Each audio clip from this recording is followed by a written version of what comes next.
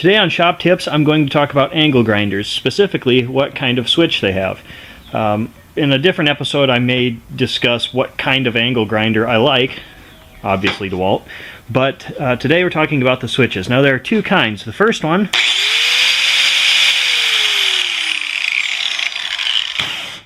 that is a constant switch. You turn it on and it stays on, whereas this one is a momentary switch, which shuts off when you let go of it.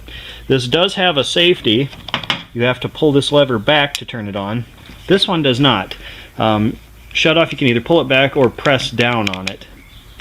The reason I have these wheels on two different grinders is for this reason. The buffing wheel isn't really going to do a whole lot of damage if it just keeps spinning. I can put the removable handle on here and grind away to my heart's content and not have to worry about the switch.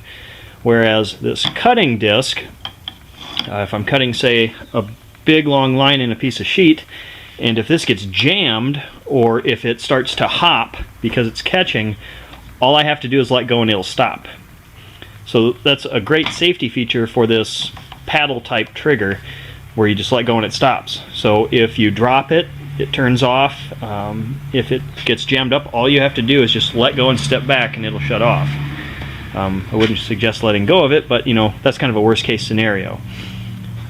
If I had the cutting disc on here and I was cutting along and it got jammed, I'd have to hit the switch, which normally in any position I'm holding it wouldn't be too hard, but say you're doing a cut at a weird angle, or you know, it catches you by surprise and you're not paying attention, then having it locked on with the cutting disc could be a big deal. So that's why I use two angle grinders. Also the fact that it's ready to go. I don't have to get the wrench out, take this off, take the wheel off, put a new one on, tighten it again. It's just easier to have two, especially since I am concerned with the switches. Then I can just, you know, cut and then pick this one up and grind and set it back down and cut again. It's faster.